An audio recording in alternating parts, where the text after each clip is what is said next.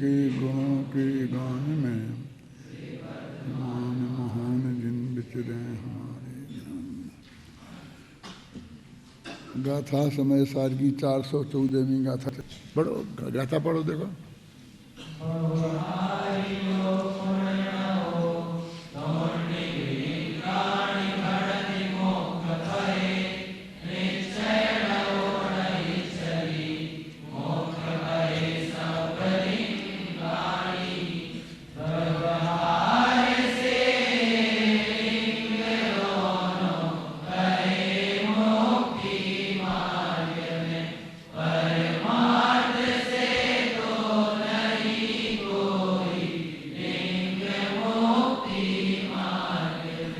देखो, व्यवहार नयो दोन्नवी लिंगानी भणदि मोक्ष पहे। मोक्ष के पथ में दोनों लिंगों को व्यवहार नय ने स्वीकार किया है। हिंदी में भी यही है, व्यवहार नय से ये लिंग दोनों कहे मुक्ति मार्ग में। अब इसमें कोई अर्थ समझने में दिक्कत तो नहीं रही। अब मैं थोड़ा पूछता हूँ, हर आदमी अपने मन में जवाब देना। इसमें लिखा है दोनों लिंगों, व्यवहार नय से दोनों लिंग मुक्ति के मार्ग में होना चाहिए, ऐसा कहा है शास्त्र में। ये क्लियर बात कही ना दादा। तो दोनों कौन है? अरे आपको मालूम नहीं है, त्रिलिंग भावलिंग। दो लिंग तो यही है, अपन खूब अच्छी से रटे रटाए हैं क्या? अरे ये नहीं है यहाँ। तब कौन है दूसरे? ग्रही लिंग और मुनि लिंग। देखा पीछे आए थे ना कि गृह लिंग माने कौन? वो चुल्लक इलक के। आरिका का भी वास्तव में है। जैन दर्शन में जो लिंग पहाड़ है ना, अष्ट पहाड़ में, वो भी। और ये प्रकरण यहाँ कि कौन तीन बेश तो कहते एक नग्न दिगंबर बेश और एक उसके श्रावक का चुल्लक और अइलक का वो बेश, और आरिकाओं का। अब आरिकाओं का बेश जो है सबस्त्र है, इसलिए वो श्रावक ही का है। वो 11वीं प्रतिमा में आता है, लेकिन अब वो उससे आगे बढ़ ही नहीं सकती हैं, इसलिए उसको मुनिमत ऐसा कह दिया है। लेकिन वो वास्तव में गृहस्थ का ही भेद है, मुनियों का भेद नहीं है। लेकिन अब किसी आरिका को आप कह के देख लो, आप समझ रहे हैं ना। जबकि वो अइलक से तो कितना ज्यादा कपड़े हैं। अइलक तो बेचारा एक लंगोटी लगाता है अकेली 4 अंगुल की, और चुल्लक भी एक चदरा उड़ता है। और वो तो मालूम है जो साड़ी भी पहनती हैं, तो जिस साधारण महिलाओं की जो साड़ी होती हैं उससे दुगनी लंबी होती हैं। कितने गज की होती हैं? अब जो भी है बहुत लपेटा लपाटी बहुत करते हैं, बहुत ज्यादा होती हैं बड़ी। तो इतना बड़ा कपड़ा पहने और वे ऊपर बनना है। यानी वहां भी महिला होने की सुविधा चाहिए। और समझ लो मिली हुई है क्यों है? मिली हुई है, चाहिए क्या है? देखो, व्यवहार नयो व्यवहार यो पुण्य दोन्नवी लिंगानी मोक्ष पहे बनदी। दोनों माने गृहस्थ लिंग और मुनि लिंग, दो ही लिंगों को मोक्ष के रास्ते में कहा है। मैं ये कहना चाहता हूं तीसरे लिंग की यहां चर्चा ही नहीं है। अब इन दो में ही समाहित कर लो तो किस में होगा तुम बताओ? समझ गए? निश्चय नयो न इच्छति मोक्ष भये सभ्य लिंगानी। लेकिन निश्चय नय कहता है कि दोनों में से कोई भी लिंग मोक्ष पथ में हमें स्वीकार नहीं है। मैंने लिंग से मोक्ष होता ही नहीं। तो अब ये सवाल सच्चा और झूठा का थोड़ी है वो, क्योंकि व्यवहार नय तो देह की क्रिया को भी आत्मा का धर्म कहती है ना। व्यवहार नयो भाषति देहो हवदि एक को, है ना 27वीं गाथा। हाँ, जीव और आत्मा व्यवहार नए से एक है, तो वो ही नए यहाँ लगाया है। ये व्यवहार नए वो भी मुक्ति के मार्ग में स्वीकार किए हैं माने कि जब कोई मोक्ष में जाता है तब उसके शरीर की स्थिति क्या होती है, कैसा था, कैसा होता है, ये बात इतनी सी बात बताई है, बस खत्म। इतनी सी बात स्वीकार की है, कल में ना। व्यवहार से ये लिंग दोनों कहे मुक्ति मार्ग में, और परमार्थ से तो नहीं कोई लिंग मुक्ति मार्ग में। वो एक ही मुनिराज की बात है जे, ऐसा नहीं कि इन व्यवहार से इनका मुनि मार्ग, उनका वो सच्चा, इनका झूठा। तो अब ये सच्चे झूठे का सवाल कहाँ है? इस गाथा के भाव को आत्मख्याति में इस प्रकार प्रस्तुत किया गया है। श्रमण और श्रमणोपासक के भेद से द्रव्यलिंग दो प्रकार का कहा गया है। जो श्रावक अपन बोलते हैं वो श्रमणोपासक है, उसका संक्षिप्त रूप श्रावक है। श्रमण और श्रमणों के उपासक, तो श्रमण ये दोनों कहाँ गए के भेद से द्रव्यलिंग दो प्रकार का कहा गया है। उसे मोक्ष मार्ग बताने वाला कथन मात्र व्यवहार कथन है, परमार्थ कथन नहीं है, क्योंकि उक्त कथन स्वयं अशुद्ध द्रव्य के अनुभव स्वरूप होने से अपरमार्थ है, उसके परमार्थत्व का अभाव है। कहते वो तो अशुद्ध द्रव्यार्थ का विषय बनता है और वो बात ही सच्ची नहीं है, माने वो देह की क्रिया है, इसलिए वो आत्मा का धर्म हो ही नहीं सकती है। श्रवण और श्रमणोपासक के विकल्प से अतिक्रांत, माने श्रवण और श्रमणोपासक के विकल्प से अतिक्रांत, माने उस विकल्प से भी पार। वो जो लड़का बोल रहा था ना, जिसकी मैंने चर्चा की थी कि ये विकल्प भी नहीं है, ये विकल्प भी नहीं है, ये विकल्प भी नहीं है, ये विकल्प, तो कौन सा विकल्प है? ज्ञानात्मक विकल्प है। रागात्मक विकल्प भी नहीं है। वो ज्ञानात्मक विकल्प समझे, ज्ञान का स्वभाव विकल्पात्मक है, समझे ना। किसी चीज को भेद से पूरा जानना ऐसा है, और दर्शन का सामान्य अवलोकन है। सामान्य उसमें कोई विकल्प नहीं होता, निर्विकल्प दर्शन को बोलते हैं ना।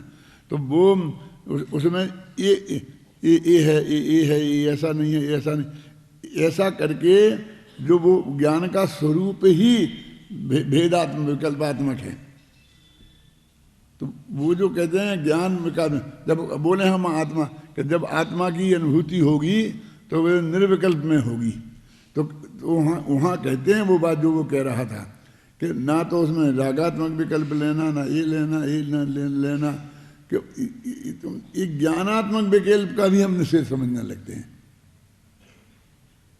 तो वो कहता है कि नहीं, ऐसा सोचो भी नहीं, ऐसा लिखा है शास्त्र में, सोचो भी नहीं। कहाँ लिखा बोलो? क्यों? कल द्रव्य संग्रह का पाठ किया था, उसमें गाथा नहीं आई थी, बोलो नहीं, सोचो नहीं, बोलो गाथा नहीं है यहाँ,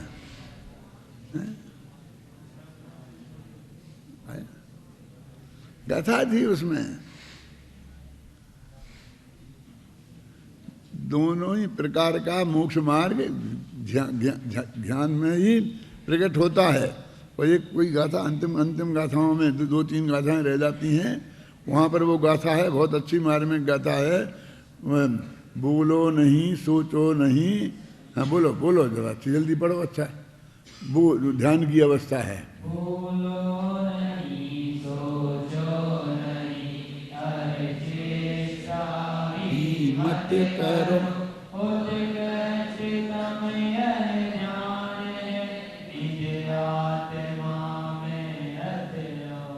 ये बोलो नहीं, सोचो नहीं।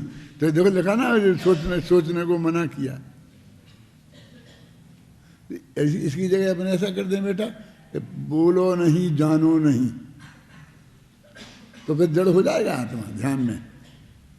इस सोचना जो काम है, जो मन जिसमें निमित्त होता है, जानने के काम में जिसमें मन निमित्त होता है उसे सोचना बोलते हैं। जिसमें रसना इंद्रिय निमित्त होती है उसे बोलना बोलते हैं। जैसे सारी 5 इंद्रियां निमित्त होती हैं उसे करना बोलते हैं। सोचो नहीं, बोलो नहीं, कोई चेष्टा भी मत करो, आगे ना। तो वहाँ सोचने का, तो सोचने का निषेध है, मतलब जानने का निषेध नहीं है। तो फिर वहाँ तो भगवान आत्मा निर्विकल्प हो गया, कहते हाँ हो गया, लेकिन ज्ञानात्मक विकल्प वहाँ भी विद्यमान है। क्यों विद्यमान है? क्योंकि ज्ञान का स्वरूप ही विकल्पात्मक है। नींबू का छिलका निकाल दो, बहुत ठीक रहेगा। आम का निकाल दो छिलका, चलेगा। लेकिन वो होता ना कि प्याज, गोंदली क्या बोलते हैं उसको, प्याज के साथ एक चीज और होती है ना, उसी टाइप की कोई चीज है। चलो लहसुन, तो प्याज और लहसुन है कि उनके छिलके निकाल दो, क्या निकाल दे, बचेगा क्या? वो तो छिलके ही छिलके हैं, समझे ना। उसे निकालते जाओगे तो अंतिम बिंदु तक छिलके ही छिलके निकलते जाएंगे, और वही तो छिलके खाने हैं। ऐसे ज्ञान में से ज्ञान का जो स्वभाव विकल्पात्मक है, यदि वे निकाल दोगे वे छिलके, तो ज्ञान कुछ बचेगा ही नहीं।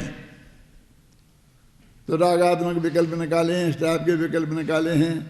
एक ऐसा बोलते हैं तो विकल्प से कि ये प्रश्न इसका उत्तर दो या इसका उत्तर दो, इसे भी विकल्प बोलते हैं।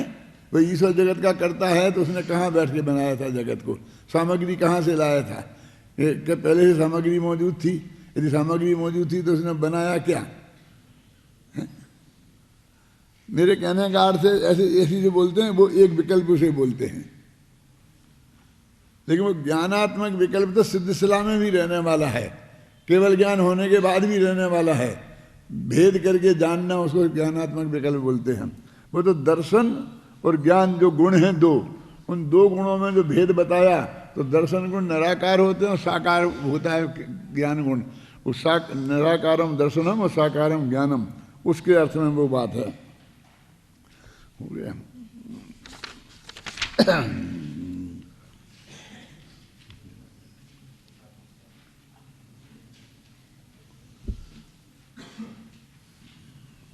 इसलिए जो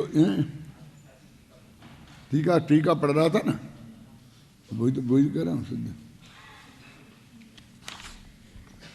श्रमण और श्रमणोपासक के विकल्प से अतिक्रांत दर्शन ज्ञान स्वभाव में प्रवृत्त है ना। ये श्रमण और श्रमणोपासक के विकल्प से अतिक्रांत, कहते हैं ऐसा मत करो कि श्रावक है कि साधु है, ऐसे भेद से कोई फायदा नहीं। अब इस ऐसे भेद का करने का निषेध है, वो ज्ञानात्मक विकल्प का निषेध नहीं है।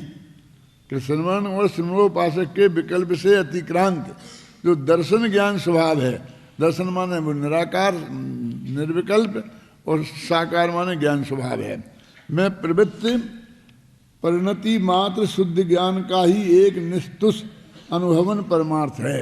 बस एक शुद्ध ज्ञान का अनुभव करो, क्योंकि वह अनुभवन स्वयं शुद्ध द्रव्य का अनुभवन स्वरूप होने से वस्तुता परमार्थ है। वो वस्तुता असली चीज है। कहने का मतलब ये है, ध्यान की अवस्था है वो प्योर ज्ञान है। अपन विकल्प के निषेध बोलते हैं, सोचो नहीं, ध्यानो नहीं, ये सब मन वचन काय, इनके सहयोग से होने वाली जो ज्ञान की प्रवृत्ति है, ये उनके नाम है। तो ध्यान में इनका निषेध है, क्या मन वचन काय से। तो वो कहते हैं वो ध्यान प्योर ज्ञान रह जाए।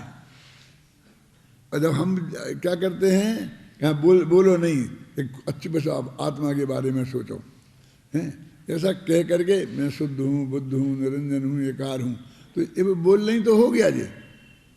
ये तो भेद दो हुए कि जोर से बोलो कि मन में बोलो। क्यों अपन बोलते नहीं कि जोर से बोलो कि पढ़ो, कि मन में पढ़ो कि जोर से पढ़ो, ऐसा ही भेद हो गया ना।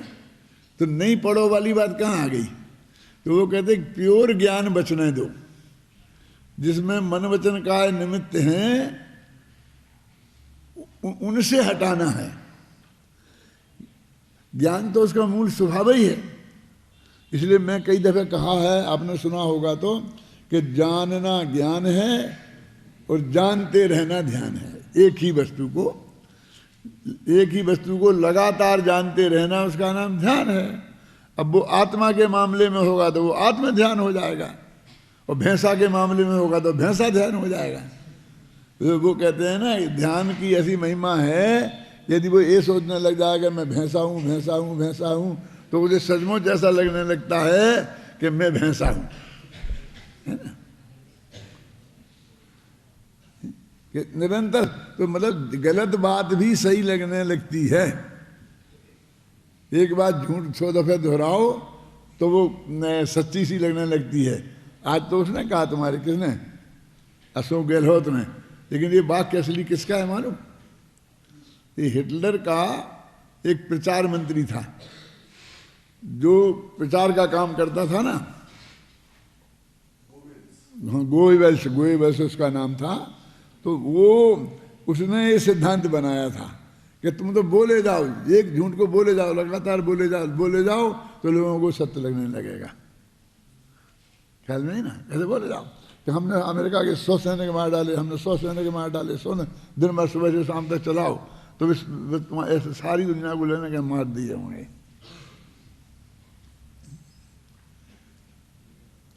तो ऐसा जब ध्यान में, जो ध्यान की महिमा, मतलब ध्यान में एकाग्र निरंतर, अब जानने से, सोचने से नहीं, अब सोचने और जानने को अलग अलग करो, क्योंकि ध्यान ज्ञान के रिपीटिशन का नाम है, सोचने के रिपीटिशन का नाम नहीं है। क्यों? तो दुका जी, ये जो ध्यान वाले यहाँ तक जाते हैं कि सोचवाते हैं कि सोचना भी बंद करो। ये तो द्रव्य संग्रह की गाथा में लिखा है क्या नहीं? सोचो नहीं, बोलो नहीं। मतलब कोई ऐसी बड़ी बात नहीं है। और अपने आचार्य जयंत सिद्धांत चक्रवर्ती की गाथा है कि जिसमें कोई ऐसा है कि तुम कहाँ से निकाल के ले आए, कि नहीं है। और द्रव्य संग्रह अपने बच्चों के कोर्स में है, बच्चों को याद है।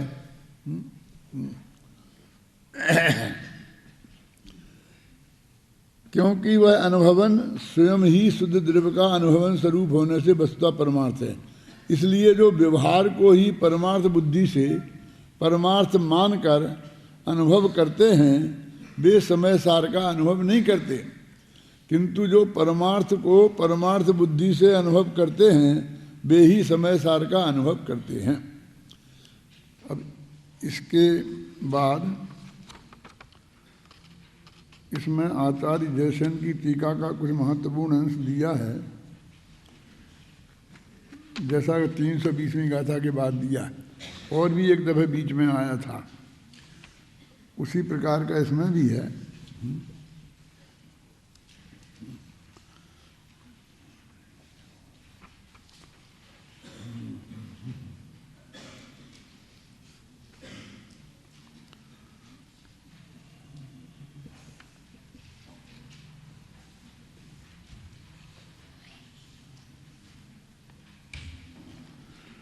देखो पेज नंबर 163,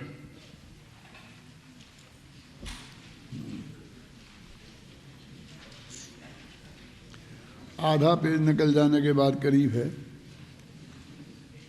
यद्यपि आचार्य जयसेन तात्पर्य वृत्ति में इस गाथा का अर्थ आत्मख्याति के समान ही करते हैं, तथापि किंचय कहकर अनेक प्रश्नोत्तरों के माध्यम से संबंधित विषय का स्पष्टीकरण विस्तार से करते हैं, जिसका मूल भाव इस प्रकार है। जब इनको कोई विशेष बात कहनी होती है तो किंचय शब्द का प्रयोग करते हैं। जैसे हम ये कह सकते हैं भाई दूसरी बात यह है, मान ये विशेष बात और है इस संदर्भ में जानने की। हे शिष्य, पाखंडी लिंगानी आदि 7 गाथाओं को पढ़कर, अब ये इसी गाथा का नहीं है, 7 गाथाओं में पिछले से द्रव्यलिंग और भावलिंग की चर्चा चलती आ रही है। और द्रव्यलिंग में तुम संतुष्ट मत हो जा, द्रव्यलिंग तो होगा, उसके बिना तो मोक्ष होगा नहीं, लेकिन द्रव्यलिंग से मोक्ष नहीं होगा, इसलिए उसमें संतुष्ट मत हो जा। तो ये कमेंट्स पूरी 7 गाथाओं पर है। द्रव्यलिंग को सर्वथा निषिद्ध नहीं मान लेना। तो कहते हमने बार बार उसका मना किया है कि वो मुक्ति का मार्ग नहीं है, द्रव्यलिंग मुक्ति का मार्ग नहीं है, किंतु यह समझना कि यह तो निश्चय रत्नात्मक निर्विकल्प समाधि रूप भावलिंग से रहित यतियों को संबोधन किया है। कि जो भावलिंग नहीं है, भावलिंग नहीं है मैंने 6वें 7वें गुणस्थान के योग्य, जिनकी शुद्धि नहीं है, समझे ना, शुद्ध 3 कसाय के अभाव रूप परिणति नहीं है और शुद्धोपयोग भी जिन्हें नहीं होता, ऐसे मुनि बाहर में नग्न वेश धारण करके और अपने को मुक्ति मार्गी मान लेते हैं। ये उन्हें समझाया है, कहते माने उनके संदर्भ में ये बात कही जा रही है। समझाना तो सभी को ही है। अभी जो हम द्रव्यलिंग का निषेध बार बार कर रहे हैं, तो उसका अर्थ ये मत समझना। मैंने बहुत पहले सती चंदन वाला के बारे में एक नाटक पढ़ा था, किसी श्वेतांबर विद्वान का लिखा हुआ था, और बीच बीच में नाटकों में अपन प्रहसन डाल देते हैं ना, कि थोड़ा वो गंभीर होता है तो थोड़ा सा उसे हंसी मजाक जिसमें लोगों को अच्छा लगे। बहुत पुरानी बात है, करीब 60 बरस तो हो गए होंगे, 60 नहीं हुए होंगे तो 50-55 तो हो ही गए होंगे। तब पढ़ा था मैंने, तब हम शास्त्री में भी नहीं थे, समझ लो उसमें ही थे। तो उसमें बीच बीच में प्रहसन डाले थे। तो उसमें एक पंडित थे और उनकी पत्नी थी, भाग्य से उस पत्नी का नाम था कमलावती। तो वो जब कोई बात आते हैं, तो जब भी एक कोई चर्चा चलती है, तो उन्होंने कहा कि आपने अपने खाने की चिंता नहीं की, ऐसा तुमने बात करी, ऐसी बात करी, ऐसे कह तुम्हारी नौकरी जा सकती थी ये। तो उसने ये कहा कि विद्वान लोग खाने पीने की चिंता नहीं करते, जब तत्व का निरूपण करते हैं तो वो जिनवाणी के प्रति वफादार होते हैं। सर्वज्ञ भगवान ने क्या कहा है, वो उनके बीच में बार बार आजीविका का विकल्प नहीं आता। मतलब उनका ये है कि वे खाने पीने की चिंता नहीं करते। तो उसने खाना नहीं बनाया, तो कहते खाना नहीं बनाया, नहीं आपने तो कहा था कि विद्वान लोग खाने पीने की चिंता नहीं करते। तो कहता खाने पीने की चिंता नहीं करते, इसका अर्थ ये थोड़ी है कि खाना नहीं खाते हैं?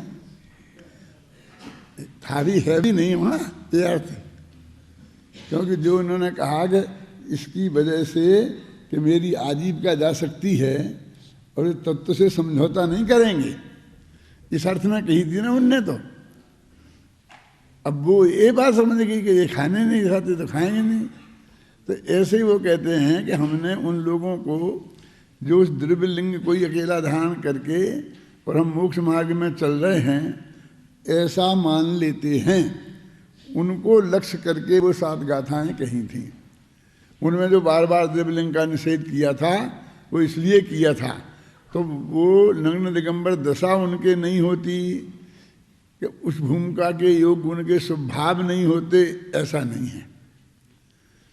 अब ये वो यहाँ ये बात बताना चाहते हैं, इस बात के प्रति सावधान करना चाहते हैं कि जब उसके प्रति ये बताएं, और उनका तर्क क्या है, सबसे बड़ा मजबूत तर्क तुम्हारा ध्यान होगा कि यदि ये शरीर का जो वेश धारण किया, शरीर की नग्नता, इसे हम मुक्ति का कारण मानेंगे, तो ये तो शरीर की है ना, तो फिर हमने ये देह में एकत्व बुद्धि की, और फिर हमें शरीर का भी कुछ करना चाहिए, माने हमें नग्न दशा रखनी चाहिए, ज़्यादा ऐसा नहीं करना, जो भी समझ लो कि हमको स्वस्थ रहना चाहिए, व्यायाम करना चाहिए, प्राणायाम करना चाहिए, और जो जो भी हो, तो वो कहते हैं कि ये देह में एकत्व बुद्धि की बात हो गई। तो हम जो निषेध कर रहे हैं, और जब वे मुनिराज यदि सम्यक दर्शन नहीं है तो उनका देह में एकत्व बुद्धि और देह की क्रिया में धर्म बुद्धि उनको होती ही है। देखो कैसा विचित्र धर्म है अपना, कि गृहस्थ नहीं नहाए तो वो अपवित्र, और मुनिराज नहाए तो वे भ्रष्ट। अब नहाना धर्म है कि नहीं नहाना धर्म है? आप बहुत बातें कह सकते हैं, गृहस्थ में अशुद्धि होती है, ये होती है, वो होती है। यदि ऐसा ही सब होता है तो वो उस शुद्धि का वो ध्यान रख लेगा। ऐसे ही जब उसकी अशुद्धि का प्रसंग होगा तो वो नहा लेगा। और ऐसी अशुद्धि का प्रसंग तो मुनिराजों को भी बन जाता है, कभी मलमूत्र का ऐसा अचानक ही आ जाता है, तो वो भी प्रायश्चित के रूप में उसकी शुद्धि जो शास्त्र में मर्यादा से बताई है अपने कमंडल के पानी से करते ही है ना, तो ऐसी वो भी कर लेगा। तो वो कहते हैं कि ऐसा क्यों है? तो इससे सिद्ध होता है कि देह की क्रिया नहाना और नहीं नहाना दोनों देह की क्रियाएं हैं, और उसने इनडायरेक्ट में फिर वो धोती का धर्म बन के रह जाता है। एक एक क्रिया में यदि हम अपनी सुबह से शाम तक देखें तो कोई किसी एक विशिष्ट व्यक्ति की बात नहीं है। जो क्रियाकांडी लोग हैं उनमें तो बहुत गहराई से वो बात होती ही है, लेकिन जो अपने को उसका विरोधी समझते हैं, निश्चय वाला समझते हैं, वो भी देह की एक एक छोटी छोटी क्रिया में धर्म बुद्धि और अधर्म बुद्धि उनकी होती है। आप समझे ना?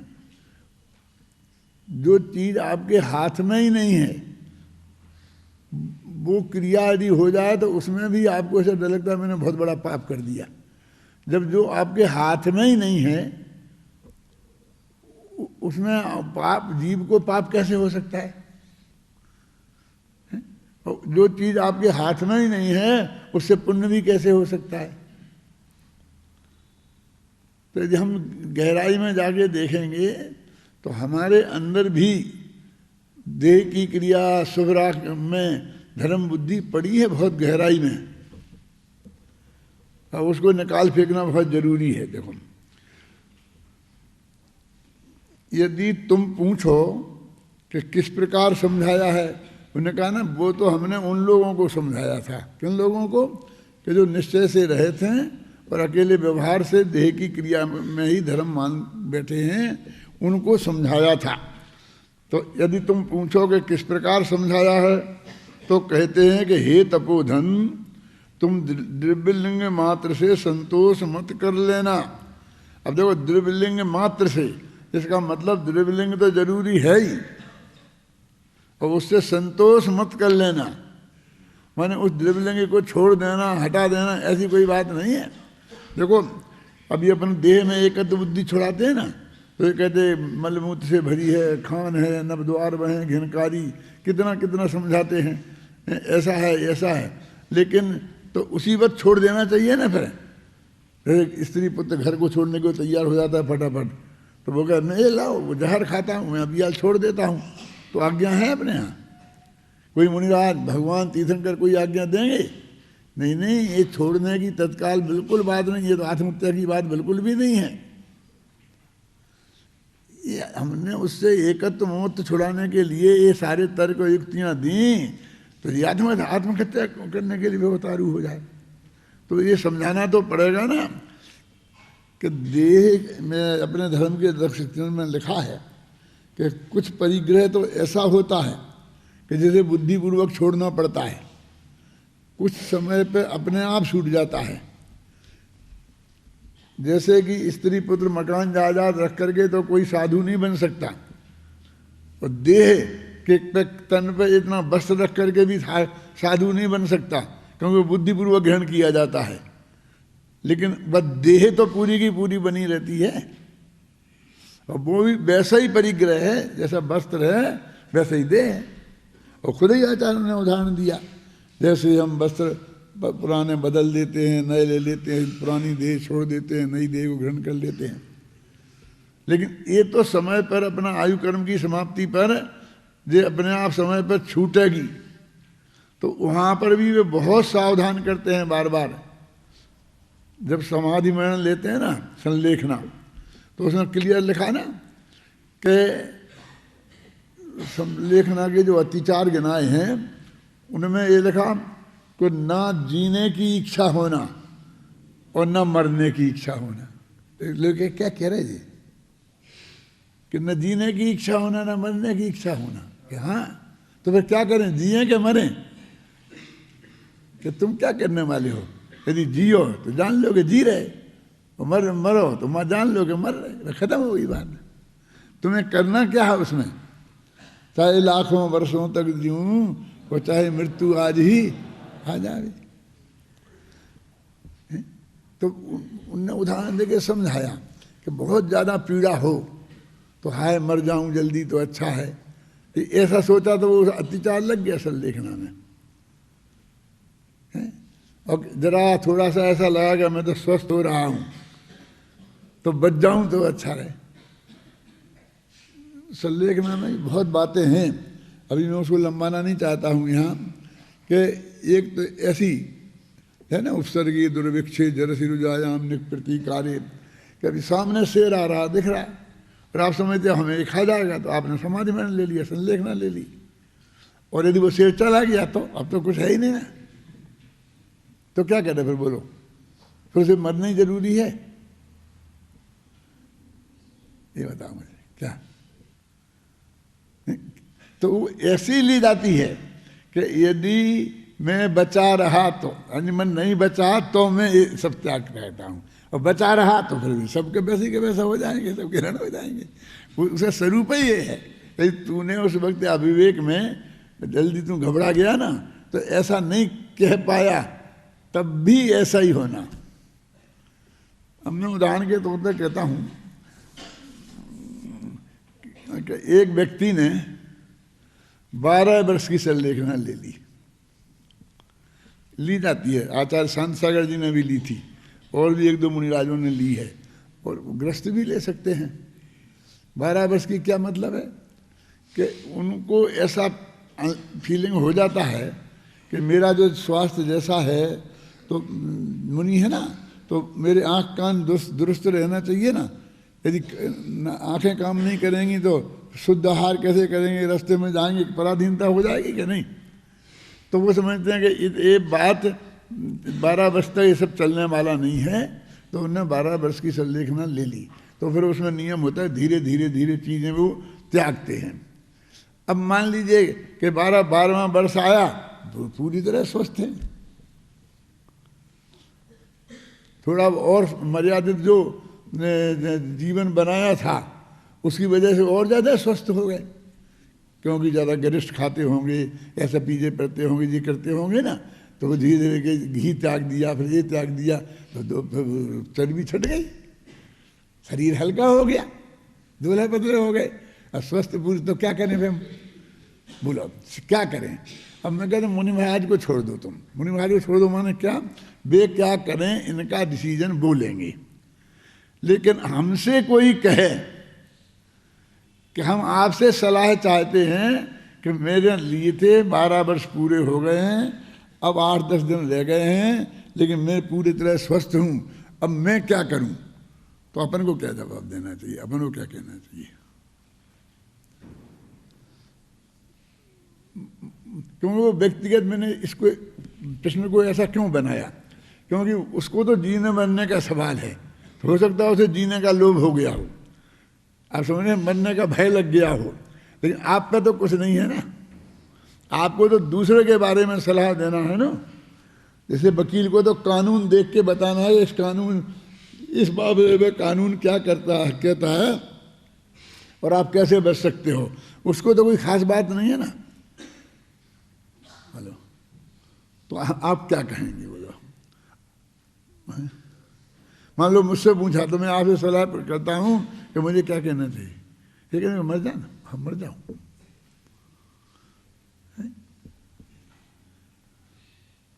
बस हर एक को यही दिखता है सीधा। अर्जुन ने प्रतिज्ञा की थी कि शाम तक नहीं मार पाया मैंने तो मैं आगे में जल के मर जाऊं, तो उसी प्रतिज्ञा तो पूरी करनी चाहिए। ऐसे ही लगता है कि नहीं लगता है? वैसे भी तो उसे छोड़ देना चाहिए, फलाना होना चाहिए। और मैंने ऐसी चर्चा करते आपस में देखा है बड़े बड़े विद्वानों को कि देखो साहब फलाना सामने ले लिए थे, उनके 12 साल पूरे हो गए, अभी तो इधर ठाट से जमे हुए, क्या चाहते हैं वो? हैं? क्यों ताराचंद जी, आप क्या सोचते हैं?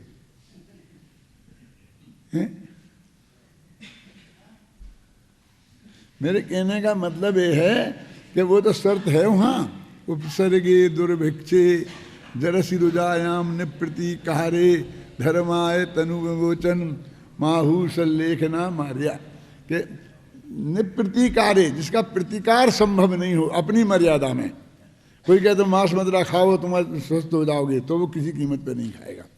मुनिराज हैं तो मुनि धर्म की मर्यादा में यदि वो मुनि धर्म अच्छी तरह पालन हो सकता है तो वे भी नहीं छोड़ेंगे। छोड़ना नहीं चाहिए, वो दोष है, मरने की इच्छा और जीने की इच्छा। तो देह को स्वसमय में छूटने दो। तुमसे तो मोह छोड़ने को बोला जा रहा है, तुम उससे एकत्व ममत्व छोड़ दो। ख्याल में है ना? ये बात है। देखो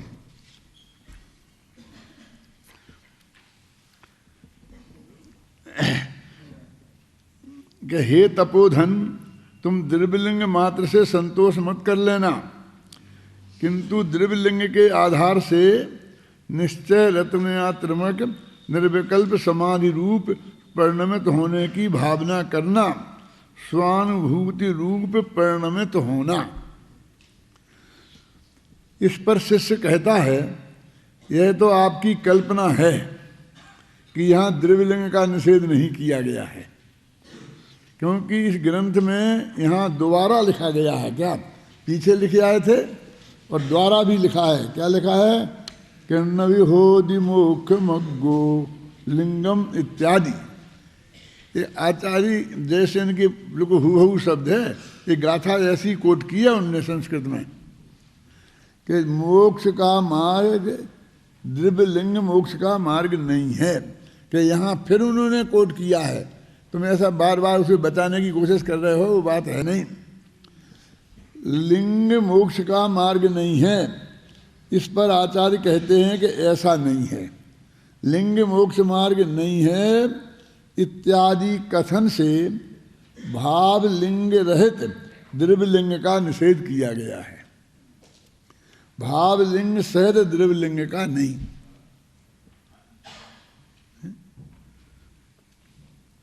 तो ऐसे हम द्रव्यलिंग निषेध करने लायक है बिना विवेक के। अरे भाई, द्रव्यलिंग के बिना तो मुनि भावलिंगी मुनि भी भावलिंगी नहीं होते हैं। यदि वो नग्न दिगंबर दशा नहीं हो और मैं कहे मैं भावलिंगी मुनि हूं, ऐसे नहीं हो सकता। इस पर यदि कोई कहे, ये खुद ही प्रश्न उठा रहे बार बार, यह बात कैसे है, तो उससे कहते हैं कि द्रव्यलिंग का आधारभूत तो शरीर है, उस शरीर के प्रति ममत्व का निषेध किया गया है, द्रव्यलिंग का निषेध नहीं किया गया है। जब हम ये कह रहे तो शरीर के प्रति एकत्व ममत्व छोड़ने के लिए बात कर रहे हैं। यदि कोई कहे फिर प्रश्न, यह बात किस रूप में है, तो उससे कहते हैं कि पहले दीक्षा के समय सर्व परिग्रह का त्याग करते हुए देह का भी त्याग नहीं किया गया था, कहते हुए भी देह का त्याग नहीं किया गया था, क्योंकि देह धारण से ज्ञान और ध्यान का अनुष्ठान होता है। ध्यान भी करेंगे, ज्ञान भी मनुष्य देह में है अपन, तो इस जो आप छठवें सातवें अनुष्ठान तक जा सकते हैं। अब मर के कहीं जा देव में चले जाए, कहीं चले जाए, चौथे अनुष्ठान से आगे होंगे ही नहीं, है ना? कहाँ पढ़ के अनुष्ठान होता है। शेष परिग्रह के समान देह का पृथक करना संभव भी नहीं है। मकान जैसा देह नहीं छोड़ा जा सकता है। तथापि वीतराग ध्यान के काल में अर्थात स्वानुभूति के समय मैं देह हूँ, मैं मुनिलिंगी हूँ, मैं गृहस्थलिंगी हूँ, ऐसे विकल्प व्यवहार से भी नहीं करना चाहिए। या व्यवहार से, हमने व्यवहार से कहा था, लेकिन व्यवहार से भी ऐसे विकल्प नहीं करना चाहिए, वो कहते इसका त्याग करा रहे हम। प्रश्न, इस कथन में से देह का ममत्व छुड़ाया है, द्रव्यलिंग नहीं, यह कैसे सुनिश्चित करें? माने एक कथन तो ये पढ़ दिया आपने, लेकिन इसमें ये हम कैसे माने कि द्रव्यलिंग नहीं छुड़ाया है, द्रव्यलिंग में एकत्व ममत्व छुड़ाया है? तो कहते उत्तर, जम देह निम्न अरिहा दंसन राण चरित्राणी सेवंते इत्यादि वचनों से पीछे गाथा आई थी। तात्पर्य यह है कि आगम में यह कहा गया है कि अरहंत भगवान के देह से निर्मुक्त होकर दर्शन ज्ञान चारित्र का सेवन करते हैं। जब तक चावल का बाहरी तुष छिलका विद्यमान है, तब तक भीतरी तुष का निकलना संभव नहीं है। समझ गए ना? ये तुष माने जो चावल, धान, धान जानते हो, जो चावल जिसमें से अनाज में से निकलता है, उस छिलके से चावल को धान बोलते हैं। एक है धान्य, नाम या है, उसका अर्थ होता है अनाज। क्या समझे? धा आधा ना और या, धान्य माने अनाज, और धान ना अकेला है या नहीं है, तो उसका अर्थ रहता है वो चावल तुष सहित तंदुल, उसका नाम है धान। समझे? उस काय का, उस अनाज का नाम क्या है? धान। समझे ना? तो कहते हैं कि वो धान ने खाने के बाद बोला कि भाई ये अनाज खाओ, कहते गेहूँ मत खाओ, तुम ज्वार खाओ। तो वो छिलका निकाल के वो चावल खाने की बात है, तो वो धान का ही संग्रह करे तो छिलके सहित, और फिर वहाँ से भी आगे बढ़ के उसमें से वो चावल निकाल लिया गया। अब वो तो धान माने छिलके से परिचित है, उसने तो धान नाम से, अनाज से वो ही देखा था ना, तो अंदर का चावल निकाल दिया, तो चावल को तो धान मानता नहीं, तो उसे मानता है, उसका संग्रह करता है। देखो, जब तक चावल का बाहरी तुष छिलका विद्यमान है, तब तक भीतरी तुष का निकालना संभव नहीं है। अब ये भीतरी तुष क्या है और बाहरी तुष क्या है? कि एक चावल के ऊपर वो छिलका होता है, और फिर ऊपर एक लाल लाल एक बहुत बारीक परत होती है, फिर वो लाल लाल परत को भी उसे कूटते हैं, कूटने से फिर वो अलग होती है, उसे कण बोलते, कण। वे कण मतलब भी निकल जाता है, तो वो निकाला और फिर उसे धोते हैं, तो और वो जो कुछ मैल निकल गया वो अकेला सफ़ेद चावल रह जाता है। तो कहते जैसे वो छिलका निकाले बिना वो लाल लाल परत नहीं निकाली जा सकती। जैसे गुरुदेव बोलते उदाहरण पे कि नारियल के ऊपर का वो जटा वाला वो है ना, कठोर बक्कर, उसे निकाले बिना उसके ऊपर की जो लाल लाल छाल है वो नहीं निकाली जा सकती। अंतरंग तुष के त्याग होने पर बहिरंग तुष का त्याग नियम से होता ही है। अब वो अंदर का कहेंगे वो निकाल दो, तो बहिरंग तुष का तो निकल ही जाना है गारंटी से। इस न्याय से सर्वसंग के त्याग स्वरूप द्रव्यलिंग होने पर भावलिंग होगा ही या नहीं होगा ऐसा कोई नियम नहीं है, किंतु अंतरंग भावलिंग के होने पर सर्वसंग के परित्याग रूप द्रव्यलिंग होता ही है, ऐसा नियम है। समझे कि भाई वो तुम अंतरंग का है तो भावलिंग होगा ही, तो हम निषेध कर रहे हैं, तो अभी भी कर रहे हो। हाँ, कि अभी भी उसमें एकत्व ममत्व का निषेध कर रहे हैं, उसे छोड़ने का निषेध नहीं कर रहे हो, क्योंकि वो तो आत्महत्या किए बिना छोड़ा ही नहीं जा सकता। देह को तो क्या करोगे तुम, कैसे छोड़ोगे? आयु की समाप्ति में तो अपने आप छूट जाएगी। अब वो क्या कह रहे कि हमें ये छूटे तो अभी छूट जाए, और सैकड़ों वर्ष तक रहे तो रहे, तुम तो एकत्व ममत्व छोड़ दो और फिर उसके प्रति बस उदास हो जाओ। क्या नियम है। यहाँ शिष्य अत्यंत विनयपूर्वक शंका उपस्थित करता है, बराबर प्रश्न पर प्रश्न किए जा रहे हैं कि हे भगवान, जहाँ भावलिंग होता है वहाँ बाह्य द्रव्यलिंग भी होता ही है, ऐसा नियम नहीं है, क्योंकि साहारणा असाहारणे इत्यादि आगम का वचन है। एक ही शास्त्र की फिर एक गाथा उन्होंने प्रस्तुत की। समाधान करते हुए आचार्य देव कहते हैं कि कोई तपस्वी ध्यानारूढ़ हो और किसी ने दुष्ट भाव से उन पर वस्त्र डाल दिए, समझे ना, वो ध्यान में था, उसने कपड़ा डाल दिया ऊपर से, उन्हें वस्त्रों से वेष्टित कर दिया अथवा आभूषण पहना दिए, तब भी वह तपस्वी निर्ग्रंथ ही है। टोडरमल जी ने उदाहरण दिया है ना कि वो ग्वाले ने मुनिराज को तपाया था, सर्दी बहुत है, तो उसने तो चारों तरफ अग्नि जला दी और जिससे वो गर्मी रहे, उन्हें तो सर्दी नहीं लगे।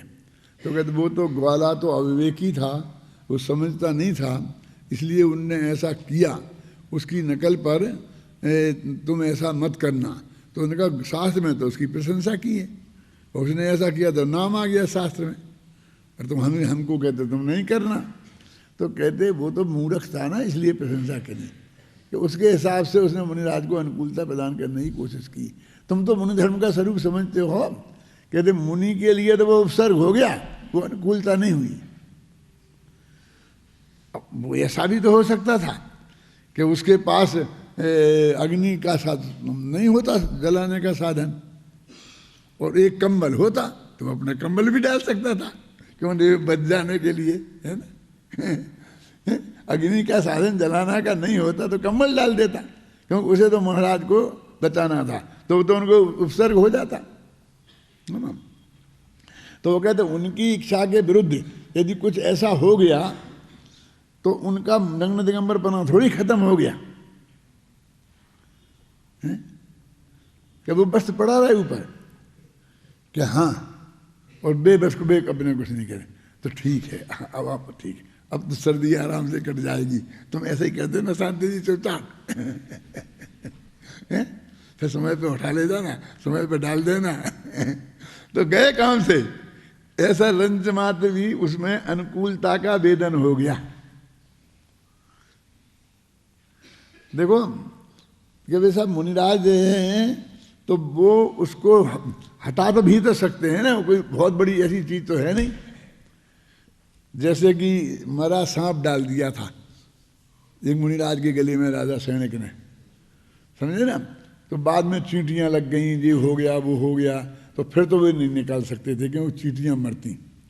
लेकिन तत्काल यदि उसे वे निकाल देते तो चींटियां मीटियां कुछ नहीं थी, वो तो मरा हुआ था ही, है ना। लेकिन मुनिराज ऐसा नहीं करते, क्योंकि जिसने उपसर्ग किया है तो वो दो डालेगा, फिर एक करेगा। वो ऐसी जो कोई हो जाए तो उपसर्ग का मतलब ये है कि फिर बस वे अपने आत्म ध्यान में रहेंगे, उसके प्रति कुछ नहीं करेंगे। अब बिल्कुल साधारण विवेक की बात कहती है कि उन्होंने डाल दिया, हम हटा दे, हमको चद्दर नहीं ओढ़ना, हमारी प्रतिज्ञा है हम तो चद्दर नहीं ओढ़ेंगे, तुमने हमें डाल दिया तो हम हटा देते कि नहीं हमें नहीं ओढ़ना है। लेकिन नहीं, मुनिराज ऐसा नहीं कर सकते। वो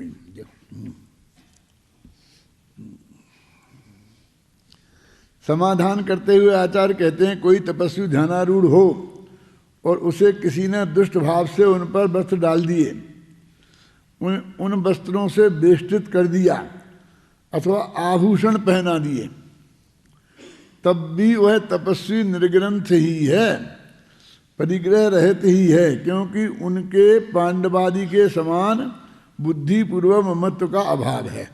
अब पांडव को गहने पहना दिए थे ना, भाषा गहने की है, लेकिन वो तो गरम गरम लोहे के गहने थे, समझे ना।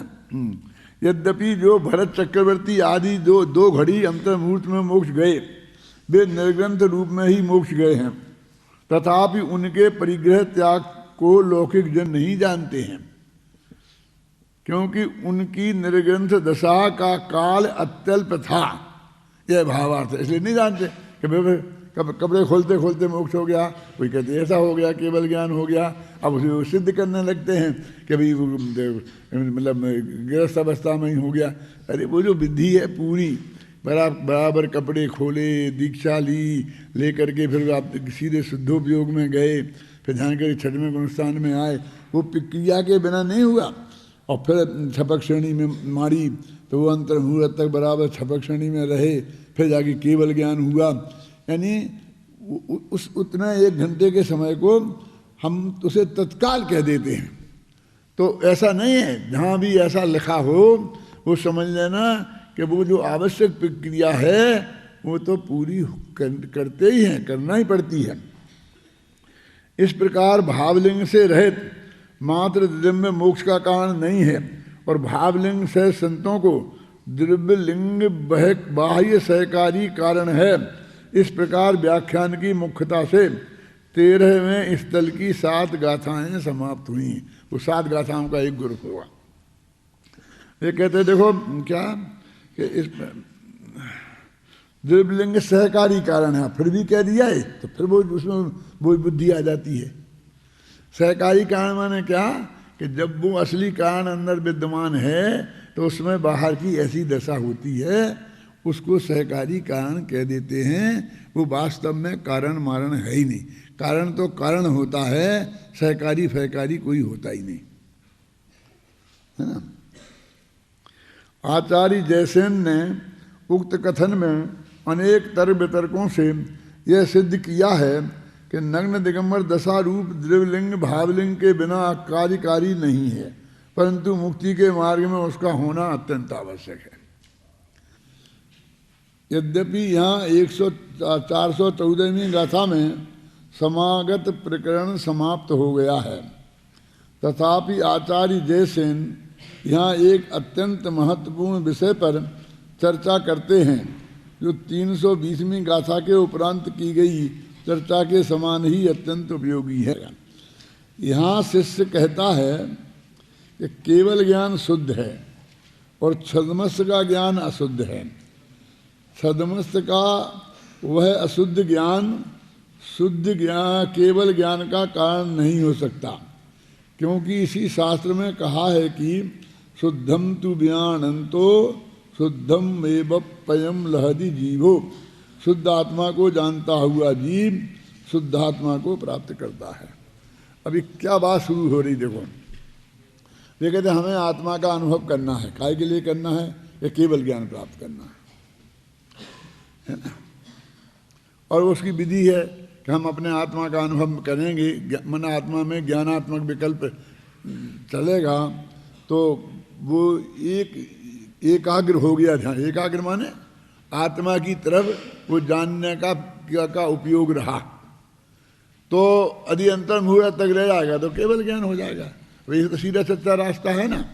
अब ये बात है पंचम काल में नहीं होता तो क्या कमी है भैया, कि लगातार एक आत्मा पर पंचम काल के सम्यक दृष्टि भी और संत भी लगातार ज्ञान का ज्ञेय उपयोग रूप एक आत्मा को नहीं बना पाते, ऐसी उनमें पात्रता नहीं है। इसे ये कमजोरी कह लो, बस खत्म। अब उस संगठन नहीं है और मजबूत शरीर नहीं है और शरीर में एक कमजोरी है और लाख बातें से कुछ मतलब नहीं है। मेरा मतलब समझे, शरीर की मजबूती से और बाहरी क्रिया से कोई लेना देना नहीं है। पर सीधी सच्ची बात यह है कि हम वो ज्ञान बिल्कुल नहीं बना सकते तो कह नहीं सकते, नहीं तो फिर सम्मत समय नहीं होता पंचम काल में। और हर अंतर मुहूर्त में बना सकते हैं, क्योंकि 6वें 7वें गुणस्थान तक मुनिराज होते हैं, लेकिन वो लगातार अंतर मुहूर्त तक रह जाएं ऐसी स्थिति नहीं बनती है। पर ये उनकी अयोग्यता अपात्रता कह लो, जो भी समझ लो, ऐसी पर्यायगत पात्रता है। पर इतना मोक्ष का मार्ग है। अब वो ये कह रहे हैं, जो यहाँ असली समस्या क्या उठाई है कि हमें केवल ज्ञान चाहिए और केवल ज्ञान शुद्ध ज्ञान है, और हमारे पास जो ज्ञान है वो अशुद्ध है। सम्यक दृष्टि मिथ्या दृष्टि सबके पास जो प्रश्न है, क्या कहना चाहते हैं। अब इसको शुद्ध अशुद्ध की जगह, शुद्ध अशुद्ध तो आध्यात्मिक से शब्द हैं, अपने कर्णानी योग के शब्द लाओ कि वो छायक ज्ञान है केवल ज्ञान, तो और हमारे पास ज्ञान है वो क्षयोपम ज्ञान। तो वो कहते हैं कि अशुद्ध ज्ञान से शुद्ध ज्ञान प्राप्त नहीं हो सकता, माने क्षयोपम भाव से केवल छायक भाव प्राप्त नहीं हो सकता। शिष्य का ऐसा प्रश्न है, हमारी ये अपात्रता है। तो वो कहते भाई क्या बात कर रहे तुम, यदि क्षयोपम ज्ञान से केवल ज्ञान नहीं हो सकता होता तो आज तक फिर न किसी को केवल ज्ञान होता ही नहीं, फिर वो केवल ज्ञान हो ही नहीं सकेगा, क्योंकि जब तक केवल ज्ञान नहीं है तब तक क्षयोपम ज्ञान नहीं है। और जो भी वो ध्यान की प्रक्रिया बनेगी और वो भी बिल्कुल निर्विकल्प ज्ञान की प्रक्रिया बनेगी, वो सब क्षयोपम ज्ञान में ही बनने वाली है। एक आध दिन मैंने तुमको ये समझाया था कि आजकल एक ऐसी कुछ शैली बन गई है कि जो अच्छे विद्वान हैं, अच्छी स्मृति अच्छी है, पढ़ सकते हैं, देख सकते हैं, और जो कम रहती है याद, जिनमें तर्क बुद्धि नहीं है, स्वाध्याय ज़्यादा नहीं है, तो वो अपने को बड़ा सिद्ध करने के लिए इसे क्षयोपम कह के और इसकी निंदा शुरू कर दी उनने। और उनकी समझ में इतनी मोटी बात नहीं आती कि जो ज्ञान उन्हें है वो भी क्षयोपम ही है, और जो कुंद को था वो भी क्षयोपम ही था, और भी गौतम स्वामी को था। कौन? जब केवल ज्ञान नहीं हुआ था ना, बैठते थे, तो वो भी क्षयोपम था, और भगवान महावीर को था जब दीक्षा लेके गए थे ना, जब तक केवल ज्ञान नहीं हुआ था, वो सब ज्ञान क्षयोपम ही थे। और जितने जीवों को आज तक छायक ज्ञान हुआ है वो सब क्षयोपम ज्ञान वालों को ही हुआ है, और क्षयोपम ज्ञान से ही है। तो वो कहते साधन क्या है, तो क्षयोपम ज्ञान तो साधन हो नहीं सकता, वो ये कहना चाहते हैं। जैसे बोले देह की क्रिया साधन नहीं है, ये साधन नहीं है, ये साधन कछु और रहा उन साधन से, तो उसने क्षयोपम ज्ञान पर भी लगा दिया ठप्पा के वो भी अशुद्ध है। ख्याल में है ना? ये है प्रश्न जो अब पढ़ता हूँ द्वारा। यहाँ शिष्य कहता है कि केवल ज्ञान शुद्ध है और छदमस्त का ज्ञान अशुद्ध। छदमस्त माने वही क्षयोपम ज्ञान वाले, उसने छदमस्त बोलते हैं, है ना। छदमस्त का ज्ञान अशुद्ध है, छदमस्त का वह अशुद्ध ज्ञान शुद्ध केवल ज्ञान का कारण नहीं हो सकता। आ गया ना, क्लियर लिखा ना, क्योंकि इसी शास्त्र में कहा है कि शुद्धम तु ज्ञानंतो शुद्धम एवं लहति जीवो, कि शुद्ध को जानने वाला शुद्धता को प्राप्त करता है। इस गाथा का एक और उपयोग होता है, वो अपने इसका हिंदी पद्यानुवाद बहुत अच्छा है, अपने किया है, पढ़ते हैं। मैं शुद्ध हूँ यह जानकर तो है शुद्धता को प्राप्त। बोलो क्या है?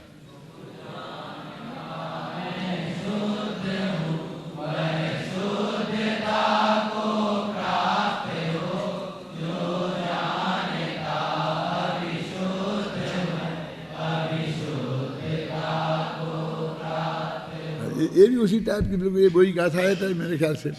तो अब वो ये कह रहे हैं, ये विरोधी लोग क्या कहते हैं कि ये आत्मा शुद्ध फुद्ध है नहीं, लेकिन अपने आत्मा को शुद्ध मानने से शुद्ध होता है। क्या मैं शुद्ध हूँ, ये जो ऐसा मानते हैं वे शुद्धता को प्राप्त होते हैं, और जो अविशुद्ध मानते हैं वे अविशुद्धता को प्राप्त होते हैं। इसलिए कह दिया कि तुम ऐसा मानो कि आत्मा शुद्ध है, जैसे है नहीं शुद्ध बुद्ध। तो मेरा एक ही तर्क रहता है उनके विरुद्ध कि वो बात तो गलत है, तो गलत बात के मानने से तो शुद्धता प्रकट होगी, और सही बात मानेगा वो तो सही तो ये है ना कि शुद्ध नहीं है, तो उसकी अशुद्धता प्रकट होगी। ये कैसा न्याय है? इसलिए इसी से ये सिद्ध होता है कि शुद्धता के मानने से यदि शुद्धता प्रकट होती है तो आत्मा वास्तव में शुद्ध ही है, अशुद्ध नहीं है। अशुद्ध है ये व्यवहार का कथन है, ख्याल में है ना। तो देखो यही वही बात लिखी ना, उसने यही तर्क दिया, शुद्धम तु ज्ञानंतो शुद्धम एवं प्रेम लहित जीवो। शुद्ध को जाने तो वो शुद्धता को प्राप्त होता है। शिष्य के इस प्रश्न का उत्तर देते हुए आचार्य देव कहते हैं कि ऐसा नहीं है, क्योंकि छद्मस्तों का ज्ञान सर्वथा अशुद्ध नहीं है, कथनचित शुद्ध और कथनचित अशुद्ध है। उसने ये कहा था ना, छद्मस्त का ज्ञान अशुद्ध है। छद्मस्त का ज्ञान में क्षयोपशम ज्ञान, और इसलिए वो शुद्ध ज्ञान को, केवल ज्ञान शुद्ध है, तो शुद्ध ज्ञान का कारण कैसे होगा? तो वो कहते हैं कि ये तो नक्की है शुद्धता का कारण शुद्ध होगा। अब ये हमने मान ली, लेकिन गड़बड़ कहाँ है कि इस वो क्षयोपशम ज्ञान को तुमने सर्वथा अशुद्ध मान लिया है, वो वास्तव में नहीं है, वो कथनचित शुद्ध है और कथनचित अशुद्ध है। यद्यपि छद्मस्त का ज्ञान केवल ज्ञान की अपेक्षा शुद्ध नहीं है, तथापि मिथ्यात्व और रागादि से रहित वीतराग सम्यक्त और चारित्र सहित होने से शुद्ध ही है।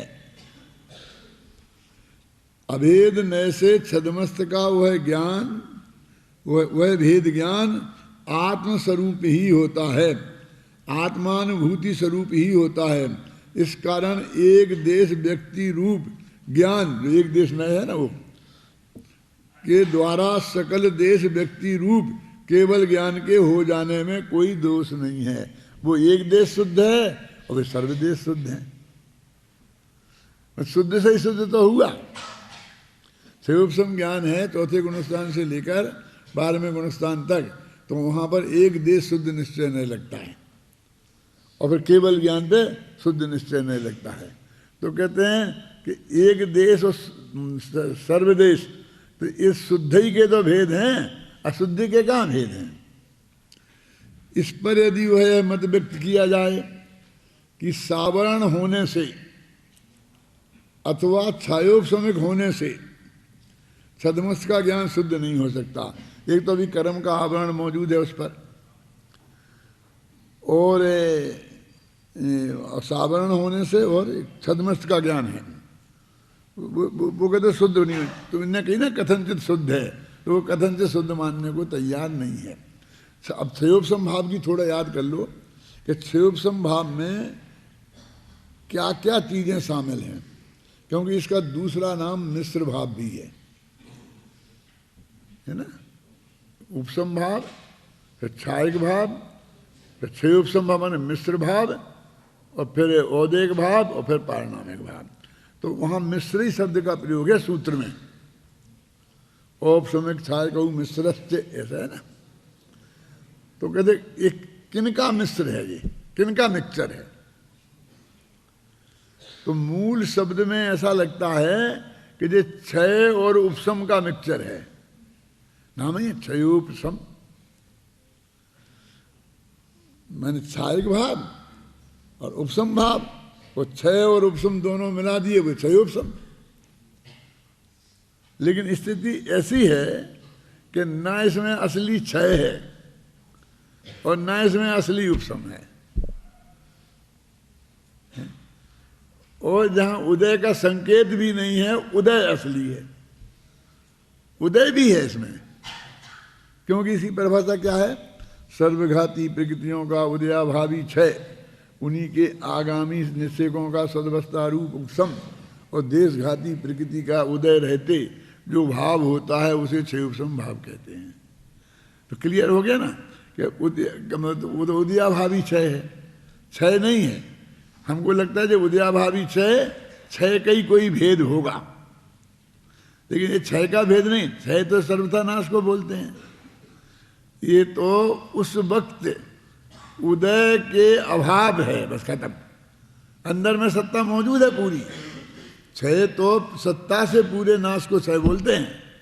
तो यहाँ सत्ता पूरी मौजूद है, बस अभी वो उदय में नहीं आ रहा, बस रुक गया है। इतनी सी बात है। इसका नाम क्या है? उदयाभावी क्षय। अब भी निषेकों का भी उपशम नहीं है, तो आगामी निषेकों का सद अवस्था रूप, तुम वहीं खड़े रह जाओ। वे आ रहे उदय में, तो आते आते बस सद अवस्था। सद अवस्था माने वो जो बॉर्डर पर लगा देते हैं ना, क्या बोलते हैं उसे? LOC में उसी जैसी स्थिति में है वैसी स्थिति में रहो, हैं? समझ तो गए ना तुम, तो मेरा काम हो गया, क्या करना।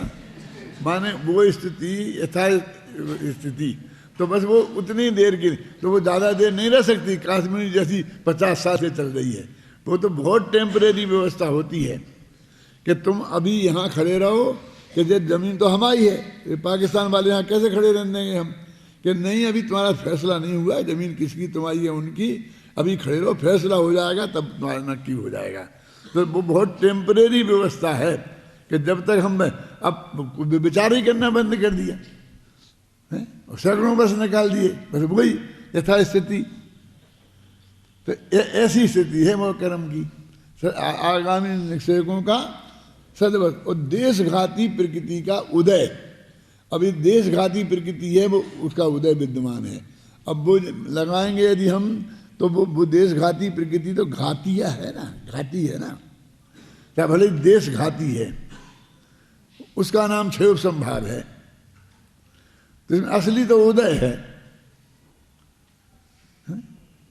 वो तो एक तरह से औदिक भाव है। क्षय संभाव में उदय असली है और क्षय और उपशम असली नहीं है। लेकिन वो ऐसा जो क्षय संभाव है वो अनादिकाल से इस जीव को है, वो सम्यक दृष्टि से को भी होता है और मिथ्या दृष्टि को भी होता है। आप जानते हैं छायक भाव, उपशम भाव, ये दोनों सम्यक दृष्टियों को ही होते हैं। और हम के दोनों को मिला दिया तो ये डबल अच्छा हो गया ना। तो ये तो मुनियों को होना चाहिए, नीचे होना नहीं चाहिए, लेकिन ये मिथ्या दृष्टियों को भी होता है। जिसमें क्षय और उपशम दोनों ही हों, यदि होते तो उससे अच्छा होता ना वो। लेकिन अनादिकाल से प्रत्येक जीव को क्षय उपशम भाव है, वो 12वें गुणस्थान तक रहेगा। सबसे कम जीव कौन है? उपशम भाव वाले, क्योंकि वह दो ही तरह के हैं ना, उपशम सम्यदृष्टि और क्षय उपशम सम्यदृष्टि, उपशम चारित्र वाले, और दोनों का अंतर्मुख काल है बस। फिर उससे ज़्यादा छायक भाव वाले, अरहंत सिद्ध सभी छायक भाव वाले हैं। चौथे गुणस्थान वाले भी सम्यक की दृष्टि से हो सकते हैं। फिर क्षय उपशम भाव वाले सभी जीव हैं। लेकिन अरहंत और सिद्ध नहीं है, अरहंत नहीं है ना, लेकिन उदय भाव वाले अरहंत भी है। और उदय तो बहुत खराब भाव है ना, औदिक भाव। वो औदिक भाव तो बंध का कारण है कि नहीं? लेकिन वो अरहंतों के भी है। नहीं होता यदि वो औदिक भाव, तो ये समोषण कैसे बन गया? और जो दादा समझा रहे थे ना, छाय किंचित मता, यद्यपि वो क्रिया औदय की है लेकिन छाय की मानी गई है। कौन सी 46वीं का था प्रवचनसार की? क्यों? पुण्य फला अरहंता आदिकल चली है ना। तो वो कहते हैं कि अरहंत भगवान पुण्य के फल में फलते हैं, ऐसा नहीं है। तो क्या कह रहे कि अरहंत भगवान के जो पुण्य का उदय है उससे समोषण बना, दिव्य ध्वनि खिल रही है ना। तो ये उदय की क्रिया है, इसलिए कहते तो कर्म के उदय का काम है। उसमें भगवान ने कहा क्या है? कुछ नहीं।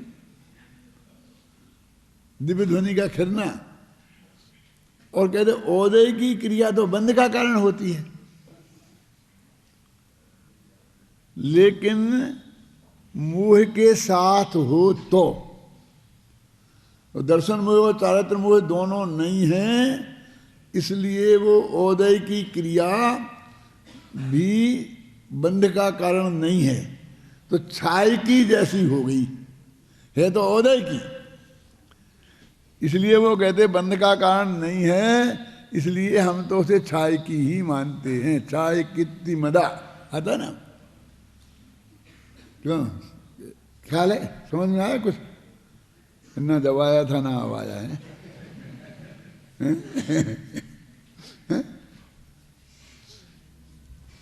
वो बहुत बड़ा झगड़ा है समाज का जब हम पढ़ते थे ना तो मुझसे तब से चलता है कि ये कहते थे कि ये साफ लिखा है कि पुण्य फला अरहंता, कि पुण्य के फल में अरहंत भगवान बनते हैं।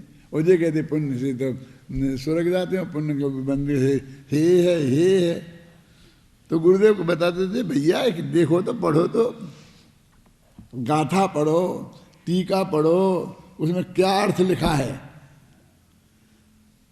कि अरहंत भगवान के जो सिद्धों से कुछ अलग दिखता है ना, क्या समोषण की रचना, दिव्य ध्वनि का खिरना, ये सब अरहंत का कुछ नहीं है, क्योंकि ये उनकी औदय की क्रिया है।